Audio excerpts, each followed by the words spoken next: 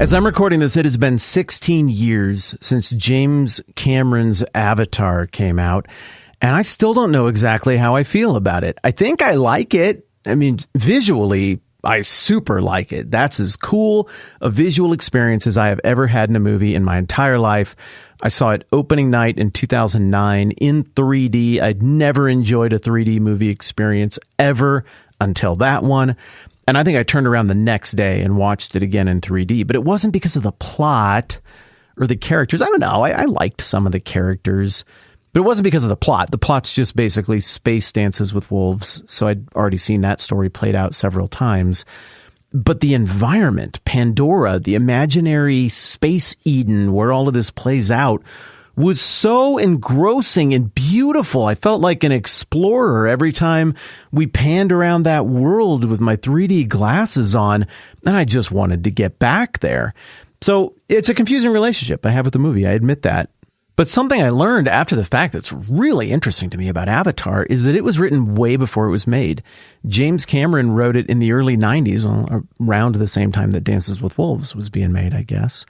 And he didn't make it for another 15 plus years. And his reason was that the technology wasn't there to realize his vision. There's a very specific thing that he needed to accomplish visually. One, in the environment, to make it so you would feel like I felt when you went to Pandora. It needed to blow your mind. It needed to be a place so beautiful that you as the viewer would want to see it saved.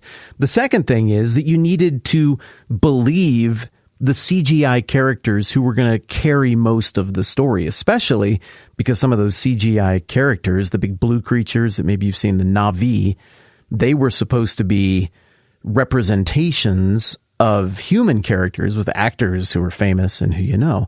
And so it had to be believable. It had to look good. And I think he pulled it off visually. I think it's just incredible.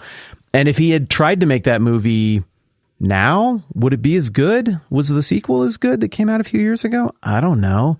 I think it's maybe the best CGI thing I've seen in a long time. But for the most part, I think everybody agrees that CGI has actually gotten worse. It's less believable. It looks more like AI slop too often now. Sort of the golden age of CGI and computer movie effects is the late 2000s, early 2010s. So maybe James Cameron knew something the rest of us didn't know, and he really did understand the perfect moment to fire that shot to make that movie look perfect. This is when we can get the right actors. This is when the money is all going to line up just the right way. This is when the audience would be interested enough to support something this grand a budget.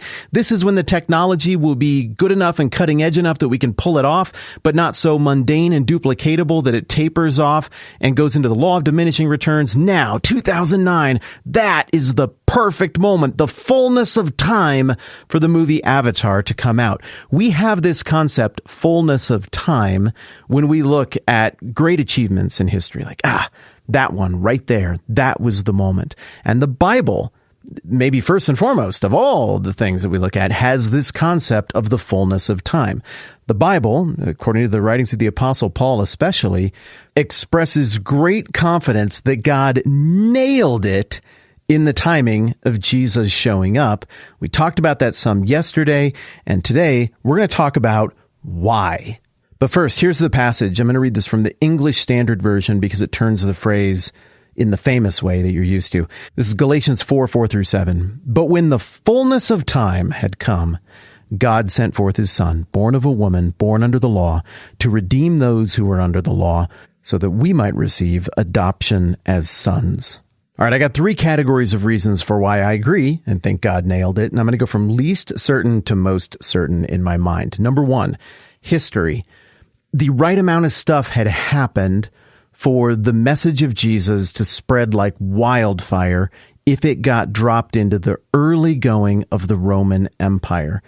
I think that if you drop Jesus into the Babylonian Empire or the Assyrian Empire, there isn't the mindset. There's not the right receptive soil in terms of how people think about faith and religion and empires and philosophy and ethics and all of that for the Jesus thing to spread like wildfire. People were still very much thinking in terms of local regional gods back in the 8th, 9th century BC, or even during the Persian Age in the 6th century BC.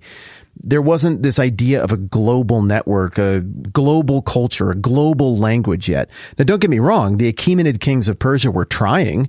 That was Cyrus's vision, and it was especially Darius's vision. He carved it into a mountain in the later 500s BC. You can still go see it today if your passport will get you into Iran. But it wasn't realized. And the next conqueror to come down the line in the 340s, 330s BC, Alexander the Great, he had the same vision. I'm going to Greekify the entire world. And he did a pretty dang good job spreading Greek culture, Greek philosophy, Greek ideas. But he died young, and the generals who followed him in the late 300s and into the 200s proved not to be quite as competent as Alexander. And while those little mini empires descended from Alexander, the Antigonid, Seleucid, and Ptolemaic empires really did flourish and did pretty well, the real highlight was out west. Two great empires were being raised up. In North Africa, the Carthaginians, descended from Tyre and Phoenicia, the old neighbors of the Jewish people in Israel. And to the north, you had Rome on the Italian peninsula. Well, Rome ended up winning that central Mediterranean battle and became obviously the dominant force of everything forever. In a lot of ways, even today, it still feels like we're trying to catch up with the glory of old Rome, and that's what we aspire to. So right before Jesus shows up, what you've got is Greek culture and philosophy and ethics and Greek language, which is well designed for carrying very complex theological abstract concepts. You've got all of this spread all over the entire ancient world.